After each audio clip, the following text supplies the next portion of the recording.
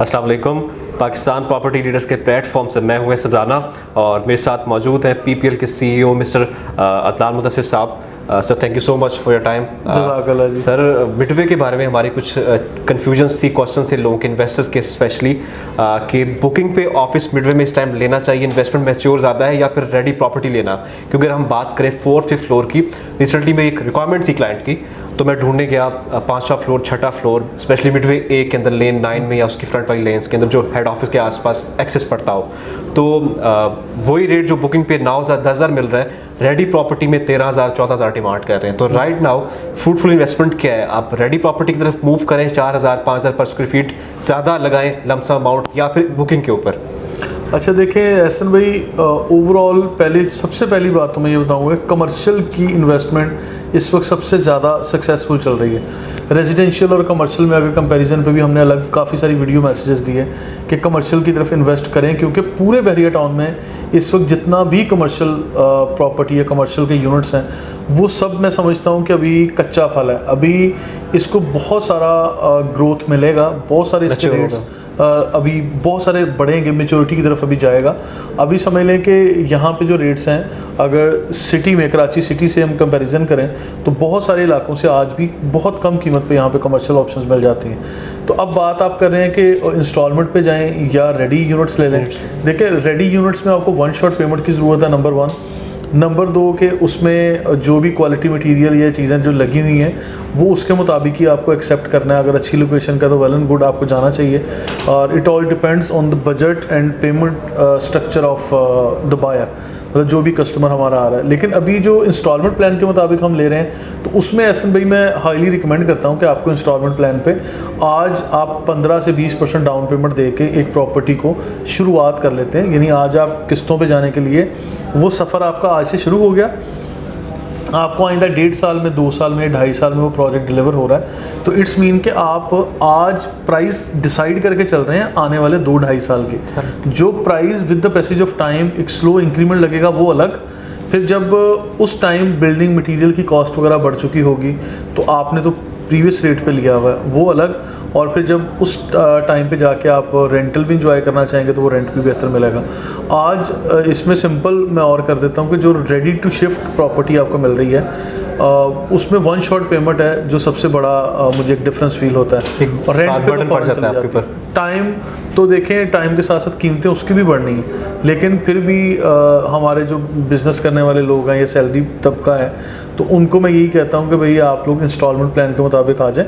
तो we are offering multiple options जो head office को फेस कर रहे हैं, या मतलब मिडवे कमर्शियल ओवरऑल ए और बी साइड दोनों ही बहुत अच्छे हैं, दोनों ही अच्छे हैं। उसमें बस लोकेशन को थोड़ा सा आप क्रिटिकल नज़र से देख लें, कहाँ फुटफॉल ज़्यादा है, कहाँ से आपकी एंट्रेंस हो रही है, एग्जिट हो रही है, कट कहाँ बना हुआ है, तो इस तरह की चीज़ों को थोड़ा स्टडी कर लें तो बेहतरीन ऑप्शन है। एंड ऑब्वियसली अगर एक चीज़ रेडी प्रॉपर्टी आज 15,000 पर स्क्वायर फीट के ऊपर है और 2 साल के बाद, क्योंकि मेजॉरिटी जो प्रोजेक्ट्स हैं वो 2 साल की इंस्टॉलमेंट के ऊपर है जी, 2 साल के बाद अगर वो 17,000 या 18,000 पे मिल रही है, तो जो आप बुकिंग पे खरीद रहे हैं 12-13,000 पे, तो वो भी ऑब्वियसली उस रेडी प्रॉपर्टी के साथ कंपीट कर जाएगा। जब वो बिल्डिंग बन जाएगी वो सेम रेट हो जाएंगे दोनों के।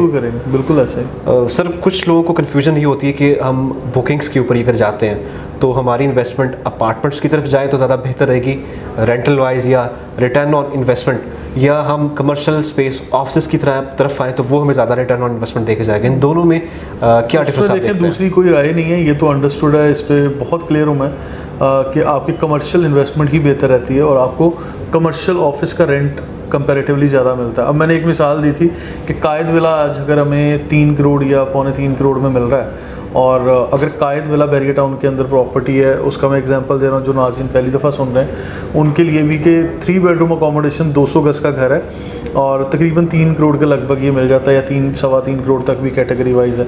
जितना भी अच्छी लोकेशन का विला होगा आपको 60-70-80 हज़ार रुपये से ज़्यादा रेंट इसका नहीं मिलेगा। ठीक है, 80 को मैं कहता हूँ 90,000 रुपये ले जाए, इससे ज़्यादा का रेंट नहीं है। लेकिन अगर आपने 3 करोड़ की प्रॉपर्टी कमर्शियल वाली ली होगी तो, और ग्राउंड फ्लोर हो, फर्स्ट फ्लोर हो, या कोई भी आपने 1-2-3 ऑफिस लिए हुए हैं जो कि इतनी मालियत में बड़े आराम से मिल जाते हैं, तो आपका 2.5-3 लाख रुपए रेंट मिलेगा। तो अब देखें रेंटल रेगुलर इनकम के लिए भी बेहतर हो गया, और अगर आप कमर्शियल प्रॉपर्टी प्लॉट्स में जाएं, यूनिट्स में जाएं, शोरूम्स में जाएं, तो भी उनकी कीमतें ज़्यादा हैं। ठीक है, तो इसमें आज भी ज़्यादा है और आने वाले टाइम में भी रहेंगी।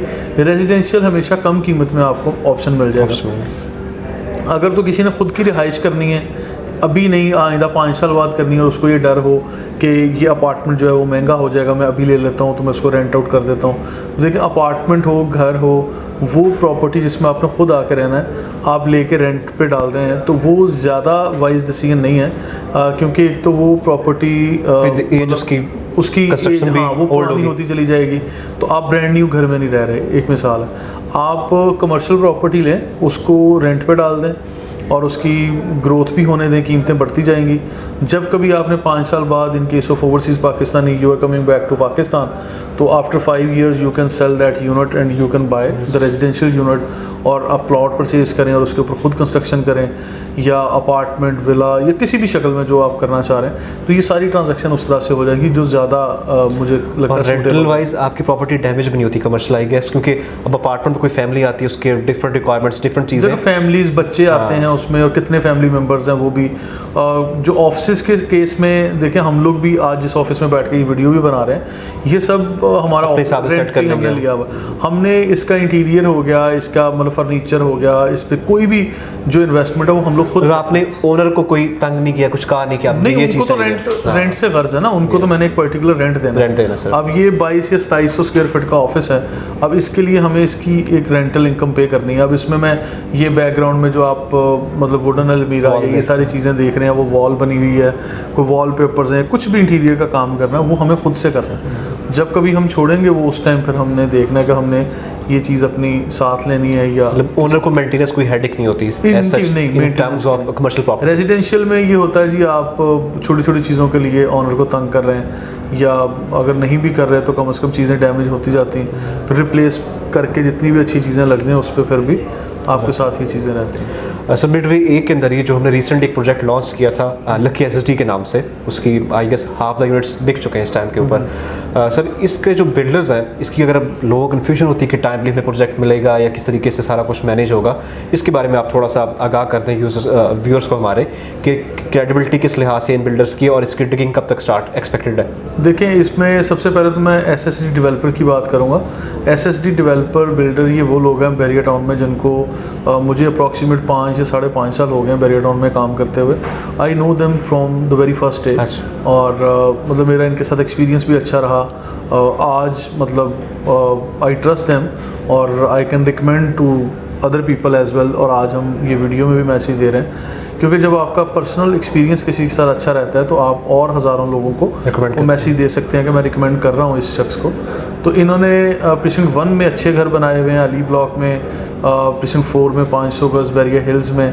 रेजिडेंशियल घरों में इनका अच्छा खासा रोल प्ले है, और मेरा ख्याल है कोई 100-200 से ज़्यादा यूनिट्स ये लोग बना चुके हैं, और कुछ अभी भी ऑन गोइंग हैं। इसके साथ साथ अगर देखें कमर्शियल में इनका क्या रोल था, तो कमर्शियल में लिबर्टी कमर्शियल में आपको पता है अभी रिसेंटली कंस्ट्रक्शन शुरू हुई है, उसमें भी इनके चल रहे हैं projects. Midway commercial B side, A side, दोनों साइड पे चल रहे हैं। Now we are particularly offering lucky SSD icon 1 के नाम से। ये जो लकी एसएसडी आइकॉन 1 है, इसमें लकी डेवलपर्स अलग हैं, एसएसडी डेवलपर्स अलग हैं। इन दोनों का मिलकर एक जॉइंट वेंचर है। प्लॉट नंबर 155A और 156A ए साइड पर है, और हेड ऑफिस के बिल्कुल करीब है, जहां पार्किंग वाली जगह उसके करीब। इसकी ऑन साइट हमने टूर्स भी दिए हैं, बल्कि आप भी नेक्स्ट वीडियो में दें। अच्छा, लोकेशन वाइज बेहतरीन है। अब आपने क्रेडिबिलिटी का हेड ऑफिस के सामने से पड़ता है, क्रेडिबिलिटी का आपने क्वेश्चन किया। क्रेडिबिलिटी इज दिस के ये लोग 18 माह के मुख्तसर टाइम में डिलीवर करने जा रहे हैं। ऑनरशिप डॉक्यूमेंट भी क्लेम करें अगर आप, तो हम लोग आपके सामने रखेंगे, आप वेरीफाई करें, हेड ऑफिस से करें। इनकी रिप्यूट मार्केट में काफ़ी अच्छी है, और जो पहले प्रोजेक्ट किए हैं मतलब विद इन कमिटेड टाइम इन्होंने दिए हैं।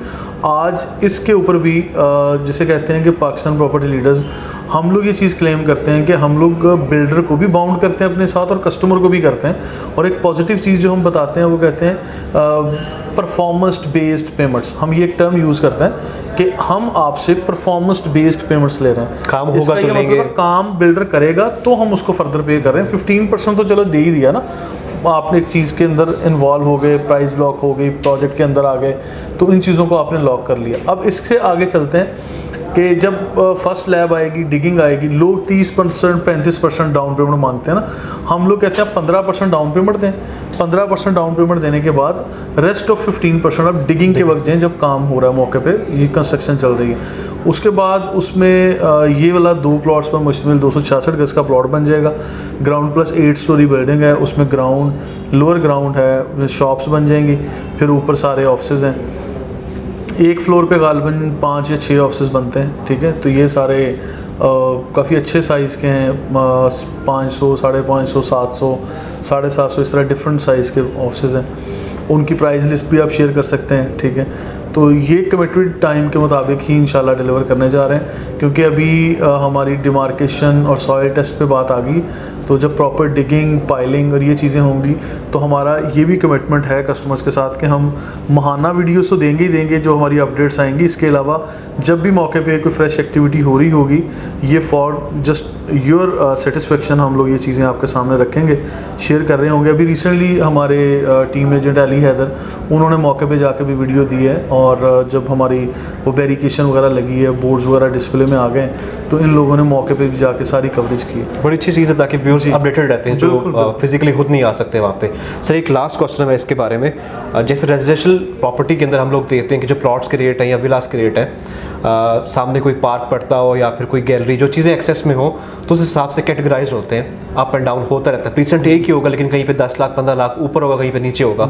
सेम जो लोग नए आना चाहते हैं कमर्शियल प्रॉपर्टी की तरफ, वो समझते हैं, उनको कन्फ्यूजन होती है कि यार मिडवे ए का बी का शायद हर जगह के एक ही सेम रेट है। वो अक्सर इस चीज़ पे बहस करते हैं आपसे कि यार मुझे फलां जगह पे मिडवे बी के अंदर इतने रेट मिल रहा है, आप इतने पे दे रहे हैं। तो ये चीज़ें आप क्लैरिफाई थोड़ा सा करते हैं कि कमर्शियल प्रॉपर्टी के अंदर भी किस तरीके से लोकेशन मैटर करती है। ठीक है, देखें कमर्शियल के अंदर जो मुझे लगता है रेट्स का जो डिफरेंशिएट आता है, एक्सेस आपकी, आप फुटफॉल, ट्रैफिक, बिजनेस एक्टिविटी कैसी हो रही है। और बहरिया टाउन में ना वैसे कमर्शियल का कॉन्सेप्ट इज़ इंटायरली डिफरेंट। अगर मैं कंपैरिजन में जाऊँ विद एनी अदर सोसाइटी, या कहीं सोसाइटीज़ के बगैर भी जो बड़े बड़े शहरों में कमर्शियल का कॉन्सेप्ट होता है ना कि मेन पर है तो बस उसकी अच्छी वैल्यू है, बीच में कहीं चले गए तो नहीं। देखिए अभी पूरे मिडवे कमर्शियल बी साइड हो, ए साइड हो, अगर मुझे खाने पीने के लिए कुछ लेना है, मुझे अपनी शूटिंग ड्रेसिंग के लिए कुछ लेना है, तो मुझे पता है कि मुझे मिडवे कमर्शियल, जो कि इंटायरली एक कंप्लीट कमर्शियल हब बन चुका है, तो मुझे मिडवे कमर्शियल ही जाना है। और there are so many options जहाँ पे मुझे काफ़ी सारी, मैं घूमूंगा तो मुझे काफ़ी सारी ऑप्शंस मिल जाएंगी। अब उसमें सर्कल में बना हुआ है, और बिल्कुल इसी तरह का एक कमर्शियल स्विक कमर्शियल के नाम से रावलपिंडी में भी है, जो कि बड़ा कामयाब कमर्शियल है। वो भी बैरियर टाउन ने दिया था और बहुत अच्छे स्केल पे है। मैंने भी विज़िट किया था तो मुझे बड़ा अच्छा एक्सपीरियंस रहा वहाँ का।